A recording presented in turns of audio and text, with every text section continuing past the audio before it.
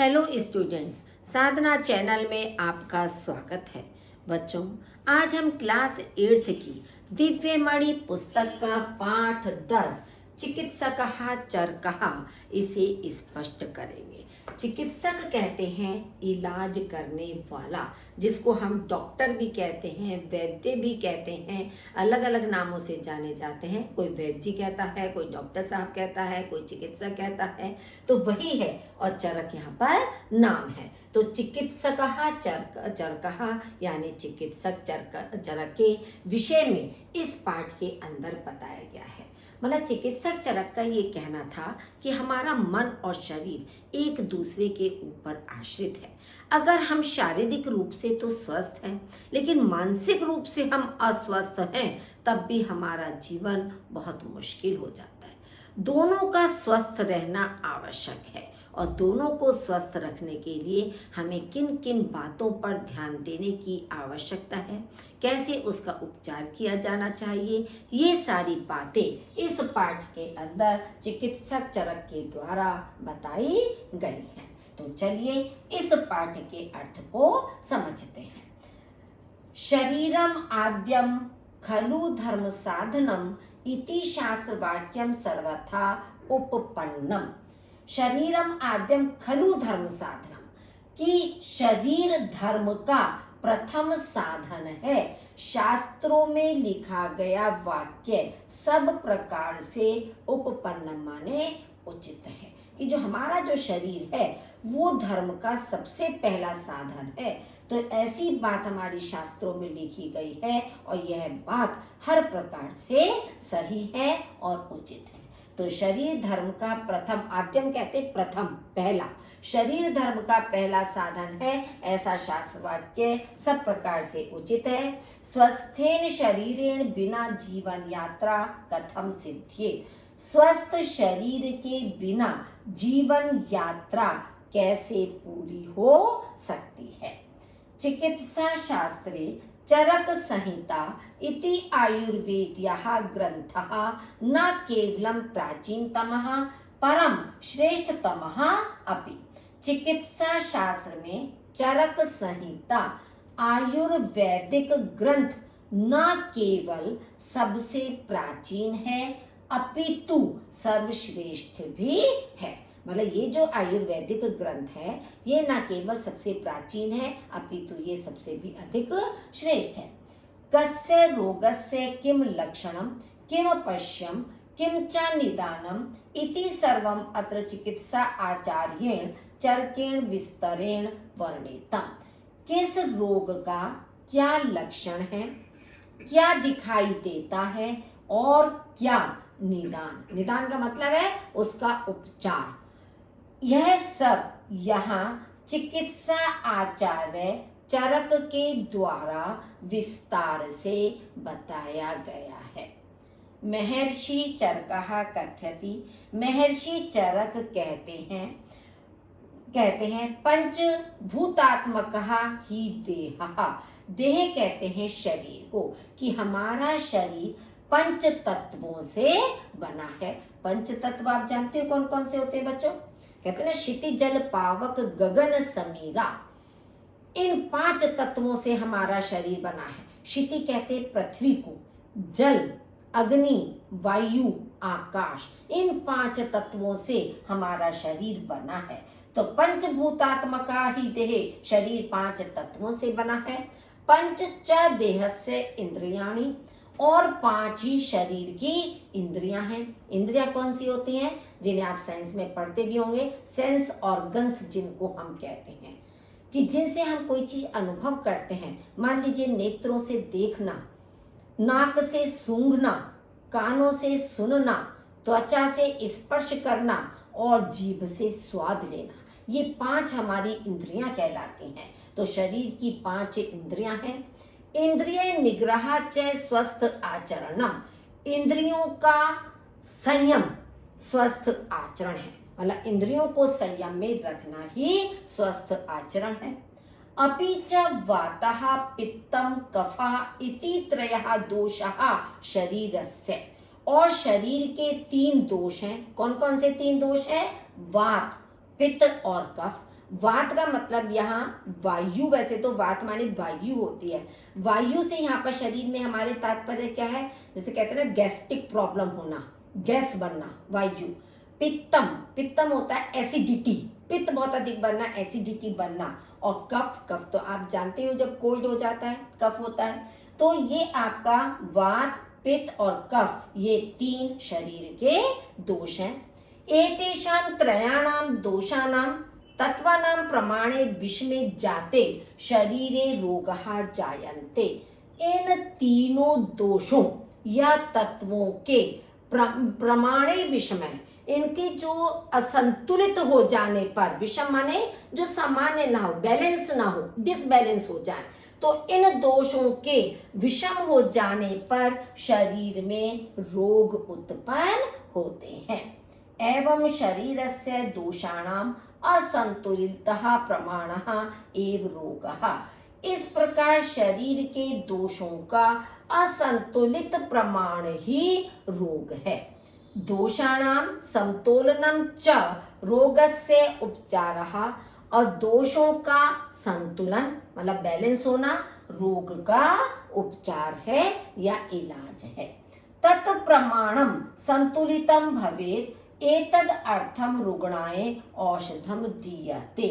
इसलिए प्रमाण वैसे कहते अनुपात को, रेशो, कि अनुपात संतुलित हो जाए, इसलिए रोगी के लिए दवा दी जाती है, कि जिससे हमारे शरीर के अंदर जो ये तत्व हैं ये बैलेंस हो जाएं। इन तत्वों को बैलेंस करने के लिए, इनका अनुपात सही मात्रा में करने के लिए रोगी को दवा दी जाती है। तो इस प्रमाण को, इस अनुपात को संतुलित करने के लिए, या यह अनुपात संतुलित हो जाए, इसलिए रोगी को दवा दी जाती है। परम यदि आहार आचार विषये संयमः भवेत् तर्हि शरीरस्य दोषाणां समतोलनम स्वयं एव विधीयते। लेकिन यदि आहार माने भोजन, आचार माने आचरण, लेकिन यदि भोजन और आचरण के विषय में संयम हो जाए, तर्हि माने तो शरीर के दोषों का संतुलन स्वयं ही हो जाता है, कि शरीर के जो तत्व हैं उनका संतुलन अपने आप ही हो जाता है यदि हम भोजन और आचरण में संतुलन बना लें। अजीर्णे भोजनम विषम, अजीर्ण कहते हैं ना पचने पर भोजन विष बन जाता है, कि अगर हमारे पेट के अंदर भोजन ना पचे, ठीक से पाचन ना हो, तो जो भोजन हमने किया है वो विष में परिवर्तित हो जाता है। तो ना पचने पर भोजन विष बन जाता है। अतः हितभुक मितभुक ऋतुभुक चास्या। अतः माने इसलिए हितभुक, हितभुक का मतलब यह है कि जो उपयोगी भोजन है, जो हमारे शरीर के लिए पौष्टिक भोजन है, लाभदायक भोजन है, तो ऐसा भोजन, पौष्टिक भोजन करना चाहिए। मित भुक माने सीमित मात्रा में भोजन करना चाहिए, ये नहीं कि कोई चीज स्वादिष्ट लगी उसको हम खाते चले जाएं।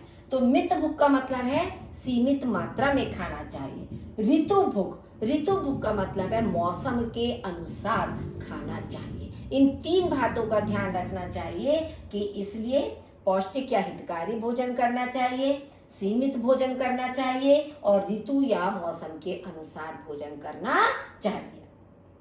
मनः शरीरं च अन्योन्याश्रितम, मन और शरीर अन्योन्याश्रित माने एक दूसरे के ऊपर आश्रित हैं, एक दूसरे पर निर्भर है।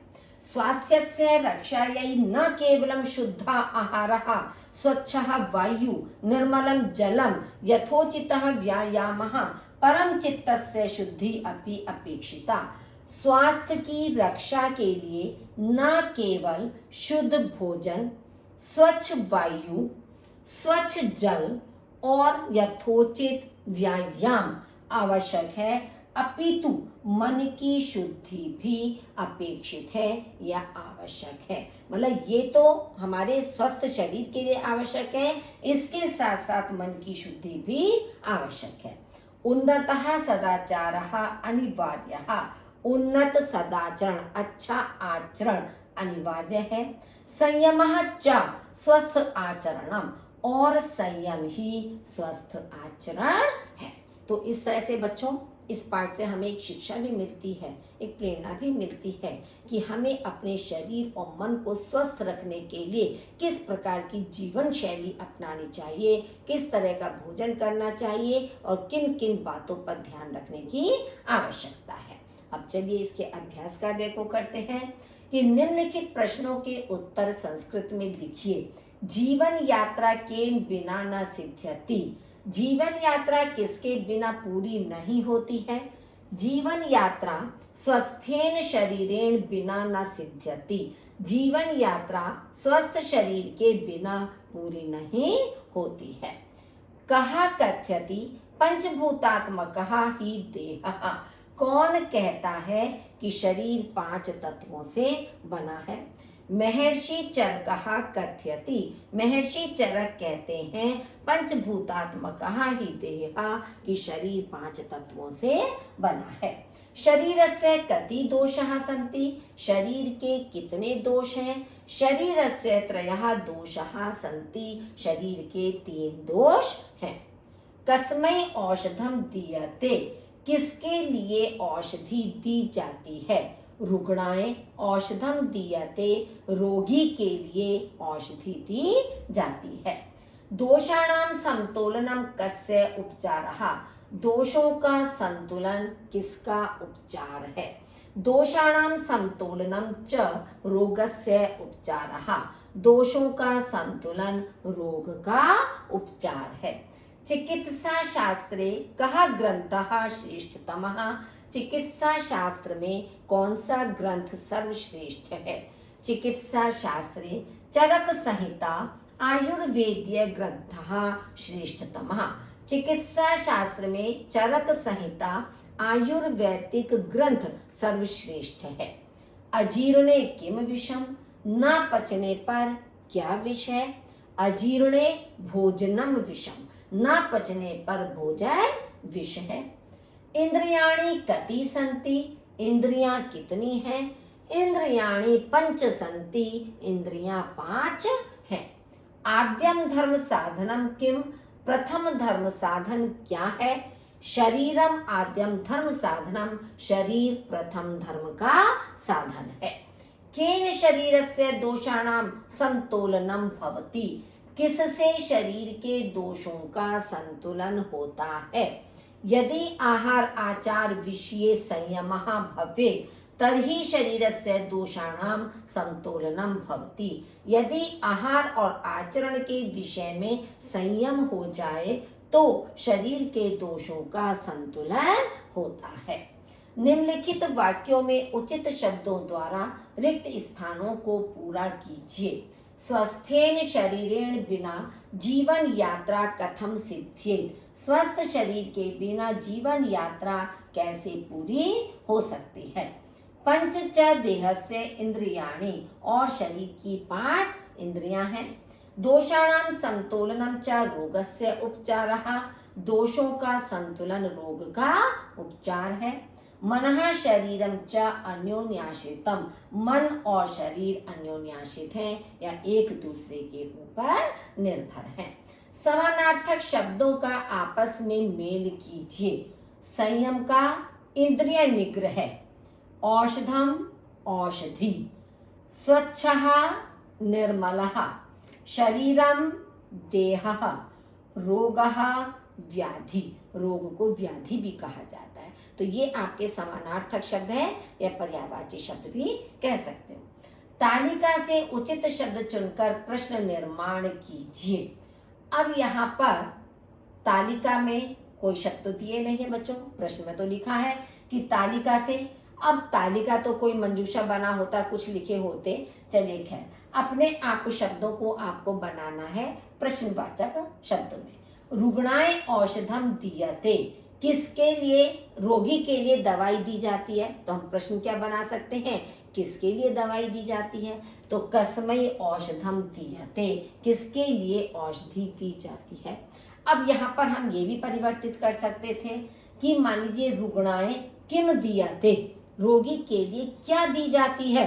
किम शब्द भी लगा सकते थे तो हमारा तब भी उत्तर ये आता, तो किम के स्थान पर औषधम आ जाता।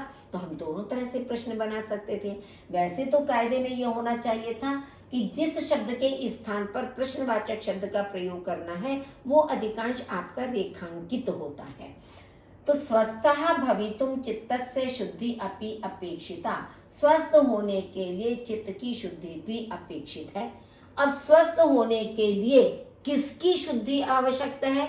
तो स्वस्थः भवितुम कस्य शुद्धि अपि अपेक्षिता, किसकी शुद्धि भी अपेक्षित है। तो किसकी के स्थान पर क्या आ गया?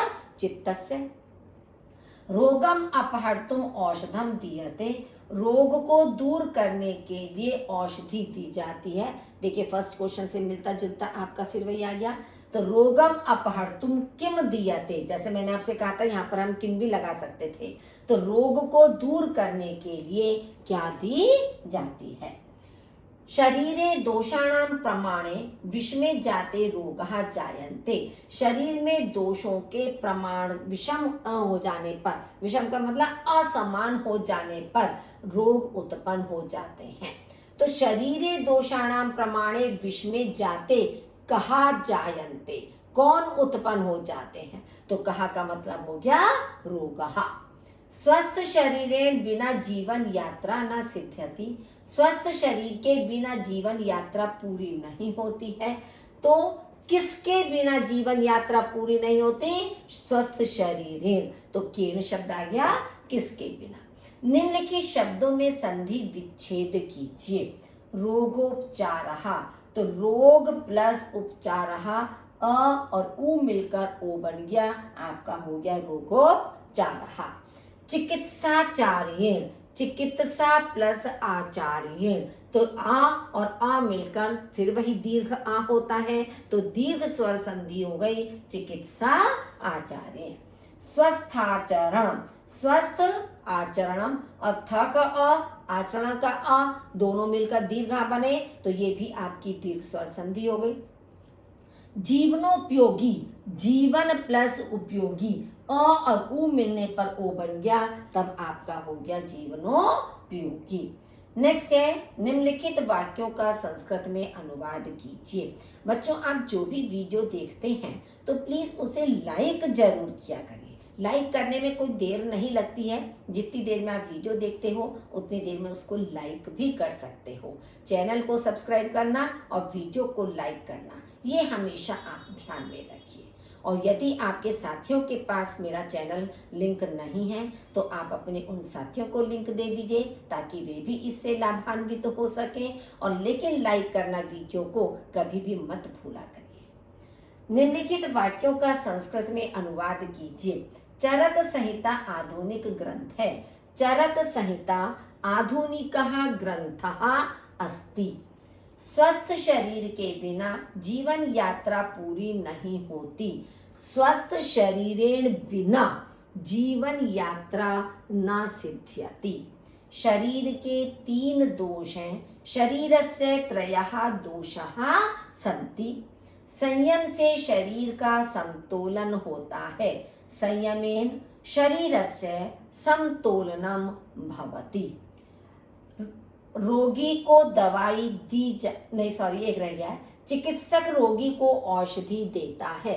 चिकित्सकः रुग्णाय औषधम ददाति। चिकित्सक रोगी के लिए दवाई देता है। रोगी को दवाई दी जाती है। रुग्णाय औषधम दीयते।